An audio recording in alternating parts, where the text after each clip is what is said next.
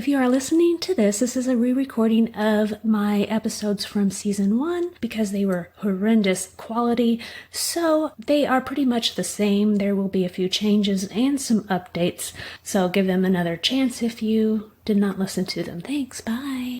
Hi, welcome to True Crime and Coke. I am your host, Eve, and this podcast is about true crime, disappearances, conspiracies, hauntings, and anything strange or unusual, all while drinking an excessive amount of Diet Coke.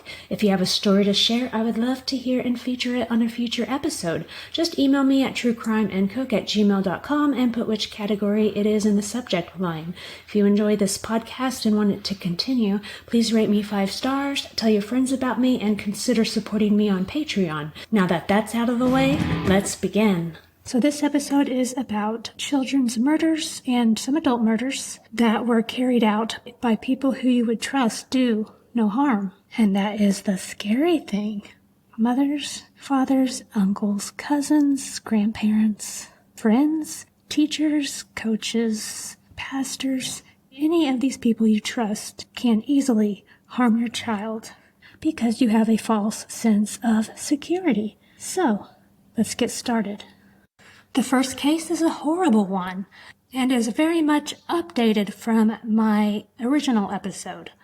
On the evening of August 23rd, 2006, 10-year-old Victoria Martens was brutally raped, murdered, and mutilated at her apartment in Albuquerque, New Mexico. The day of her death was also her 10th birthday. Let me give you a quick background and then I'll tell you what happened. Victoria Martens was born on August 23rd, 2006, and by 2016 she attended 4th grade and her favorite color was purple. She lived with her mother, Michelle Martens, and her younger half-brother, Matthew, in an apartment in Albuquerque, New Mexico. So, in July of 2016, Michelle met a man named Fabian Gonzales on a dating website called Plenty of Fish. By August of 2016, Michelle invited Fabian to move into the home she shared with her children. And get this, Fabian had a child abuse charge and misdemeanor abandonment of a child filed against him in previous years. Michelle left her children home alone with Fabian quite frequently. Fabian was a heavy drug user, and he started inviting his drug-using friends over to Michelle's house. Fabian then invited his cousin Jessica Kelley to move into Michelle's home on August 18th after being released from prison. Kelley's criminal history included drugs and sexual assault. And remember, this is happening after only approximately a month after Michelle and Fabian met. On the night of August 23rd, 2016, which again was Victoria's birthday, police responded to a call at the apartment complex, and Kelley jumped off the balcony and ran from the police. While one police officer went to go catch her, the others went inside the apartment and found Victoria in the bathtub. She was wound partially in a blanket and not moving, and she was on fire. One of the officers quickly put the fire out and then checked on Victoria. However, she was no longer alive. There was also some other disturbing things they noticed about her body that I will get into shortly. Originally, they all pointed fingers blaming the other. Michelle said Victoria died after taking meth she found in the apartment. Michelle at one point said she let men come to the house to rape Victoria while she watched, and that she was aware that her boyfriend Fabian was raping her daughter too. Eventually, Victoria's mother, Michelle Martens, her then boyfriend Fabian Gonzales, and his cousin Jessica Kelley would all be charged in the girl's death, and much of this case depended on what Michelle told police in the days after her daughter was found dead. While Martin's story changed several times, the whole gist of it remained the same, that all three took part in drugging, raping, mutilating, and ultimately killing Victoria. But as it turns out, this wasn't true. Not only did cell phone data prove that Michelle and Fabian were not home at the time of Victoria's death, but the DNA of an unidentified male was found on the young girl's body. Investigators determined that Victoria was raped and killed sometime between 7 p.m. and 8:45 p.m. on August 23rd. District Attorney Raul Torres released the following timeline of events for that afternoon. At 4:25, Victoria Martens gets off the bus and goes home. Michelle and Fabian aren't present at this time. 5:07 p.m., Michelle and Fabian return to the apartment. 6:05 p.m., Victoria goes to a gas station with Fabian. 6:15 to 6:20 p.m. Victoria and Fabian return to the apartment. 6:30 p.m. Michelle and Fabian leave and go to Paradise Hills. 7:02 p.m. Michelle and Fabian return to the apartment. 7:05 p.m. Victoria is seen alive by neighbors. 7:06 p.m. Michelle and Fabian leave again. 7:38 p.m. Michelle and Fabian are near Rio Bravo and Coors. 7:59 p.m. Michelle and Fabian are seen near Five Points and Bridge. 8:47 p.m. Michelle and Fabian arrive at the apartment. 8:48 p.m. Eyewitnesses say Victoria's body is seen being carried outside the apartment. Michelle Martens had said that when she and her boyfriend left to go buy drugs, they left Victoria alone with Kelley. Kelley claims a well-dressed man walked into the apartment and killed Victoria to get back at Fabian over a drug debt. So as of now, no one is charged with the actual murder of Victoria. There is a fourth suspect that they do not know yet, and lab tests actually concluded that the male DNA found on Victoria's body did not belong to Gonzales, and after extensive testing, they were able to rule out any known males in Victoria's life that the DNA could be from. They even checked the law enforcement officers and anyone investigating the murder. So there was, for sure, an unidentified person who left their DNA on Victoria. But why would Michelle give false confessions? A psychological profile showed that Martens had certain personality traits that made her susceptible to false confessions, and discussions with a medical expert, a doctor determined that Martens had made numerous false confessions in this case. In fact, those close to Martens said years earlier she had continued to lie about being pregnant until the day Victoria Martens was born. So pretty much they are back at square one trying to find this unidentified person that killed Victoria. Based on Victoria's autopsy, it indicated that she had been manually strangled and her corpse had undergone severe and extensive post-mortem injuries. Both arms were severed and one leg was partially severed. Her torso had been cut open with her heart and part of her liver removed, and she had been set on fire. Victoria's body also showed evidence of sexual assault. So her posterior vagina and lower uterine segment showed chronic inflammation and fibrosis. The rectum had changes consistent with HPV, which is an STD. So she was being sexually abused in some way before her death. We may never find out what happened that night, but what we do know is that Victoria Martens was brutally raped and murdered on her 10th birthday when she should have been celebrating it with family and eating cake and opening presents. The next story is that of sweet Brianna Lopez, who was only 5 months old when she was killed. Innocent Brianna was unfortunately born into hell on Valentine's Day, 2002 in Las Cruces, New Mexico, but left hell at the age of 5 months and 5 days old on July 19th, 2002. She was murdered by the hands of her mother, Stephanie Lopez, her father, Andy Walters, and her uncle, Stephen Lopez. She was surrounded by evil from day one and suffered severe physical and sexual abuse every day of the 5 months and 5 days alive. She was slapped, kicked, punched, thrown, and raped by her father, Andrew Walters, and uncle, Stephen Lopez. Her mother, Stephanie Lopez, Stephanie's parents, and other family members were aware of the abuse baby Brianna was enduring, but not one of them said or did anything about it. In fact, Stephanie's mother would later testify that Stephanie would pinch and bite baby Brianna when she became frustrated with her crying, and that she was aware that her infant granddaughter was being beaten, raped, pinched, punched, bitten, and thrown around, but didn't want to get involved. So, here is the timeline of what happened. On the night of July 18th, 2002, Stephanie, Andy, and Stephen began drinking.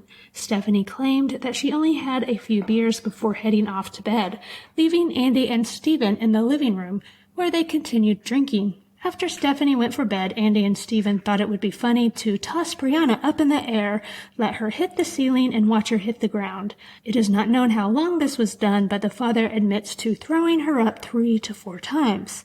Both men told authorities that Brianna was screaming and wailing as the abuse continued. Stephanie claims she did not hear anything that evening. It was later discovered during police interrogations that Stephen Lopez admitted that later in the evening he began to sodomize baby Brianna, but stopped because he realized that what he was doing was wrong. On July 19th, 2002, Stephanie awoke early in the morning to the sound of Brianna screaming in agony. She saw her infant covered in fresh bruises and asked Andy and Stephen what happened to the baby. They both told her that they had been a little rough with her last night. She didn't ask any further questions and ignored Brianna's pain and injuries and went back to sleep. At about 7 a.m., Andrew Walters admitted that he got up to change Brianna's diaper and while doing so, wrapped a baby wipe around his finger and sodomized baby Brianna. He returned to bed at 7:30 a.m. and fell back to sleep.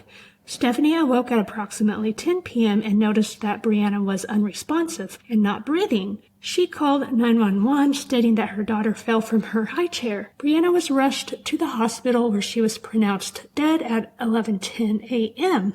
So, if the timing is correct, that means Brianna was laying there in agony after being abused physically and sodomized from approximately 7:30 a.m. to 10 p.m.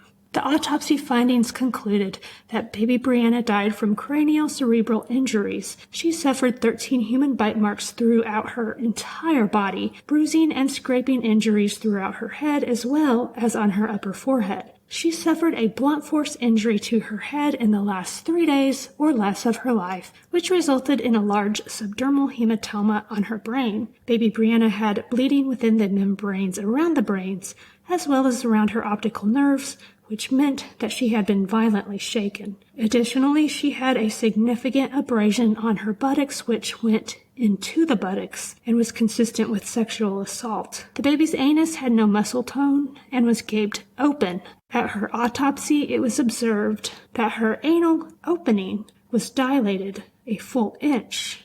And I looked to see what the average-sized anus of a newborn baby is, and it should be approximately 12 millimeters.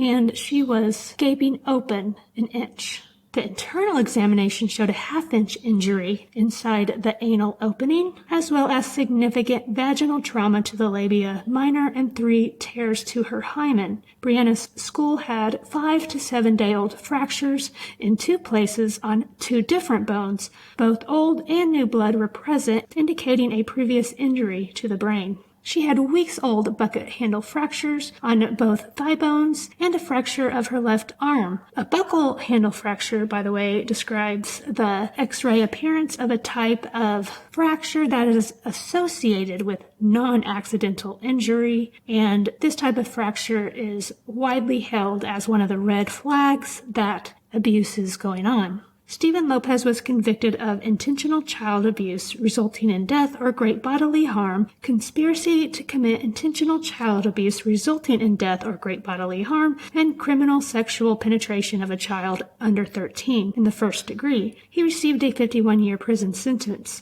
Andrew Walters was convicted of intentional child abuse resulting in death or great bodily harm, conspiracy to commit intentional child abuse resulting in death or great bodily harm, and criminal sexual penetration of a child under 13 in the first degree. Intentional child abuse not resulting in death or great bodily harm, and negligently permitted child abuse. He was sentenced to 50 years in prison. Stephanie Lopez was convicted of negligently permitting child abuse and received a 27-year sentence. Brianna's grandmother, Patricia Walters, and her uncle, Robert Walters Jr., were each convicted of failing to report abuse resulting in death. They received only 2 months in jail. Baby Brianna's law, first passed in 2005, requires a mandatory life sentence for intentional acts of child abuse and neglect that result in the death of a child under the age of 12, and that law, I believe, has since changed to 18 and under. And I hate to tell you this, but Stephanie Lopez is out of jail right now after serving only 13 years. The one person who should have protected her and loved her the most abused her and allowed others to torture and rape her. The next story is a story that has been featured on Netflix. It is the story of Gabriel Fernandez and his experience with horrible torture and abuse and eventually death. On May 22nd, 2013, authorities responded to an emergency call at the home of Gabriel Fernandez because the 8-year-old had stopped breathing. When paramedics arrived, they found a bruised and beaten Gabriel. His skull was cracked, 3 of his ribs were broken, BB pellets were embedded in his bruised and burned skin, and 2 of his teeth had been knocked out. He was immediately taken to a hospital but tragically died 2 days later. In the days following this tragic death, questions began to emerge about Gabriel's short and painful life. Let me give you a summary of the backstory. First is the backstory of Gabriel Fernandez's mother. In 2003, 2 years before Gabriel was born, his mother, Pearl Fernandez, was investigated by county social workers for an allegation of severe neglect. She and her son, the elder sibling of Gabriel, were involved in a car accident in which her son suffered a head injury because he was not wearing a seatbelt. A year after that, a relative filed a complaint with Child Protective Services claiming that Pearl was beating that same son. Social workers stated the claim was unfounded. Pearl was able to keep her children. Pearl then gave birth to Gabriel. He was born on February 20th, 2005. Shortly after his birth, Gabriel went to live with his maternal grandmother. In 2007, another complaint was filed against Pearl, claiming that she neglected to feed one of her daughters and threatened to break her jaw when she cried. Pearl was also convicted of using a weapon in a reckless manner and was sentenced to 2 weeks in a Texas jail. In spite of all of this, Pearl was able to take back custody of Gabriel, now 8 years old. You see, in October 2012, after she told social workers that she was concerned about how relatives were treating him. Yes, you heard that right. Pearl told CPS that she was concerned how Gabriel was being treated, and they gave her back custody of now 8-year-old Gabriel. So in October of 2012, Gabriel was forced to leave a loving home to go live with his mother and her jerk boyfriend in whatever the level below hell is called. In 7 months' time, he would go from a happy, healthy 8-year-old boy to the complete opposite. After Gabriel went back to his mother in 2012, his teacher began calling social workers, stating that Gabriel's face and hands were bruised. Upon investigation, Gabriel attributed these injuries to being hit with a belt buckle. One time, Gabriel asked his first-grade teacher, Jennifer Garcia, if it was normal for a mother to hit her children with a belt. Over the next several months, that same teacher reported Gabriel coming to school with scratches, a busted lip, and a swollen face with bruised dots. Gabriel attributed these to being punched and shot with a BB gun by his mother. During investigations, Gabriel retracted his statement because social workers, get this, failed to interview him without his mother present. Any child would be too scared to tell on their own parent in front of them. Heck, even adults are scared too. On March 26th, Gabriel's therapist filed a report claiming that Gabriel had been forced to perform oral sex on a relative. Again, he was interviewed in his mother's presence and retracted the claim. A week before his death, Gabriel's school asked a sheriff's deputy to investigate the situation, but the officer stated that he was given the wrong address. He said that when he was able to speak to Pearl on the phone, she claimed that Gabriel had moved to Texas with his grandmother. In 8 months, all of the following happened to Gabriel. Regular beatings, shot in the face with a BB gun, forced to eat cat litter, locked in a cupboard for hours, pepper sprayed for fun, socks stuffed in mouth and wrapped in place with a bandana, burnt with cigarettes, shaved his hair, and kicked out his teeth. Gabriel's nightmare ended when his own mother and her boyfriend beat him to death. The crime scene indicated that the abuse was substantial. Investigators came in with red stickers to mark all the blood splatter around the apartment, but there was so much of it that they ran out of red stickers and had to start using yellow stickers. Jurors were told the autopsy took an unusual 2 days because the injuries were so substantive. The thymus gland was barely there, and a normal boy's gland weighs about 100 grams, while Gabriel's gland was only about 10 grams. The coroner stated it was due to stress from the abuse afflicted on the boy. Gabriel's brother testified that the jerk boyfriend would hold Gabriel up by the neck while his sister and the jerk boyfriend knocked the air out of him on several occasions. The judge, who had been on the bench for 20 years, said he never personally commented on a case he presided over, but had to for this one. He said that the pain Gabriel Fernandez suffered was unimaginable, to the point where he would call it animalistic. But even animals know how to take care of their young. He wished that both perpetrators would suffer mental torture in prison about what they had done. The reason given for Gabriel's torture was that he was gay. Pearl Fernandez and her boyfriend, and I will actually say his name instead of jerk boyfriend, it was just hard to pronounce, and Isaro Aguilar, both pled guilty to capital murder and torture in order to avoid the death penalty. They will both be in prison for the rest of their lives without the possibility of an appeal or parole. Poor Gabriel could have been saved by a system set in place for such situations. However, in his case, it failed him. After Gabriel's death, 4 social workers were fired for their failure to act.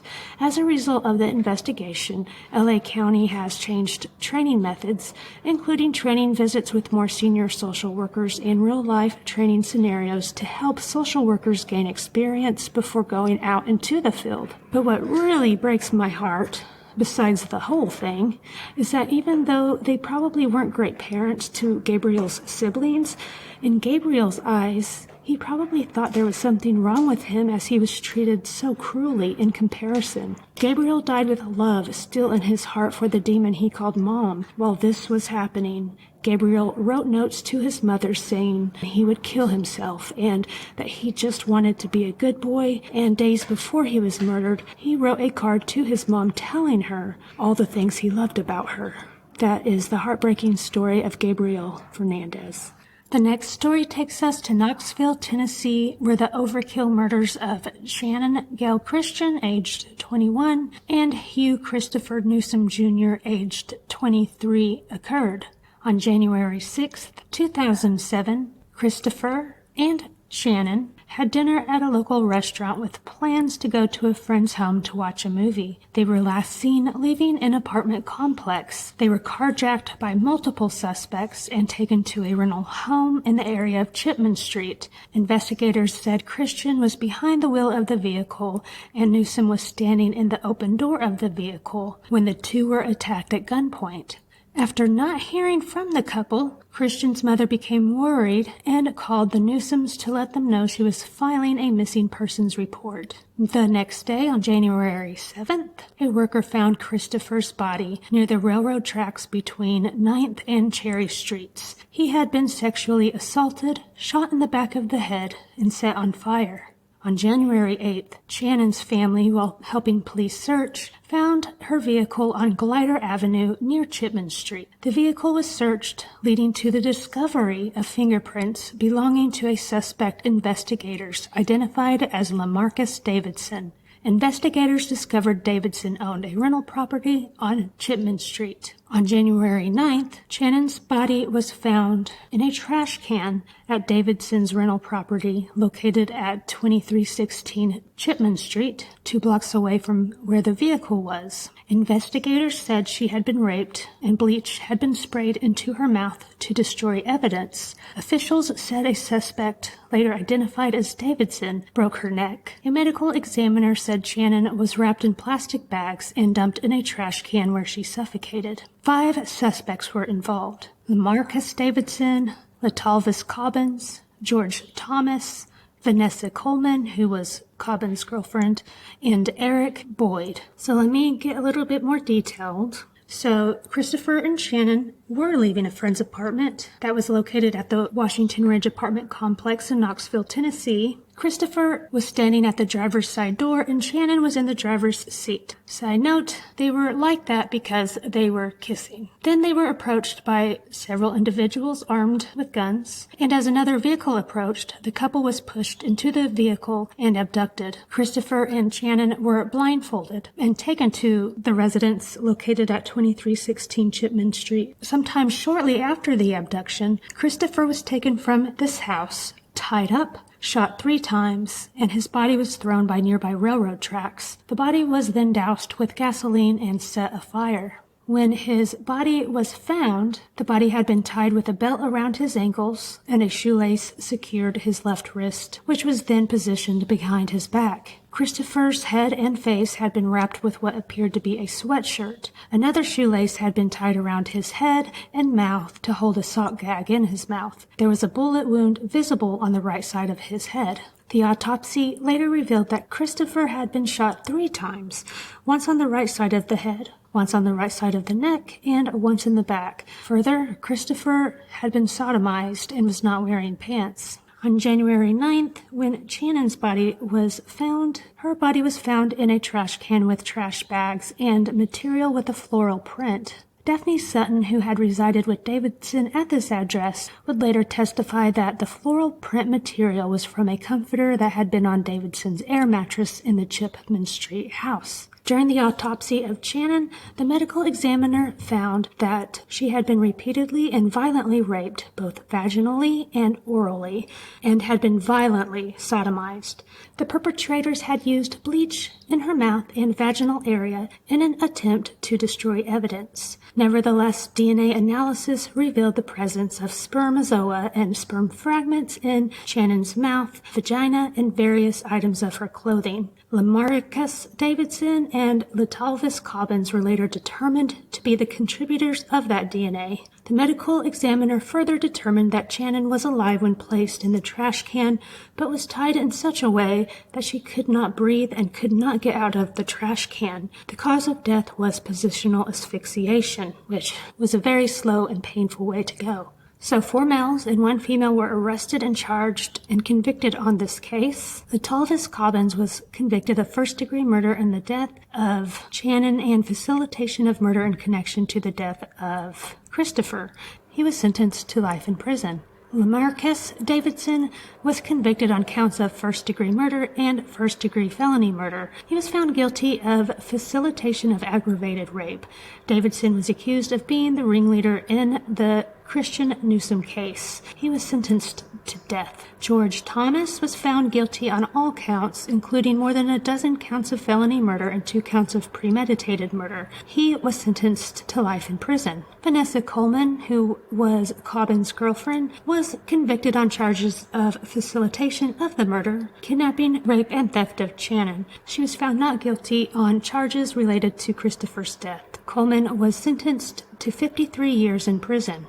Eric Boyd was found guilty on all counts. He was sentenced to 2 life sentences back-to-back. And on top of that, another 90 years was added for related underlying crimes, including especially aggravated kidnapping, robbery, and rape. This one breaks my heart because my oldest son is getting close to that age, and I just met a friend from school, in quotes, the other day, and I could see them driving around, sitting in their car, talking or whatever, and just being at the wrong place at the wrong time, and this happening. And when you hear about stories of parents abusing, hurting, killing their children, like the case of baby Brianna and Victoria Martens and Gabriel Fernandez, I just can't understand it. One, why would you even allow those people around your child and hurt them? It's just, the feeling cannot be described until you have your own child. And if you don't have one now, 5 years from now, if you do, on the day your child is born, you will remember this being said, and at that time, you will truly understand. So I will end this episode here. Thank you for listening, and please don't forget to rate me, subscribe to my YouTube page, and consider supporting me on Patreon to keep this podcast ad-free. All links will be in the show notes. Until next time, have a good evening.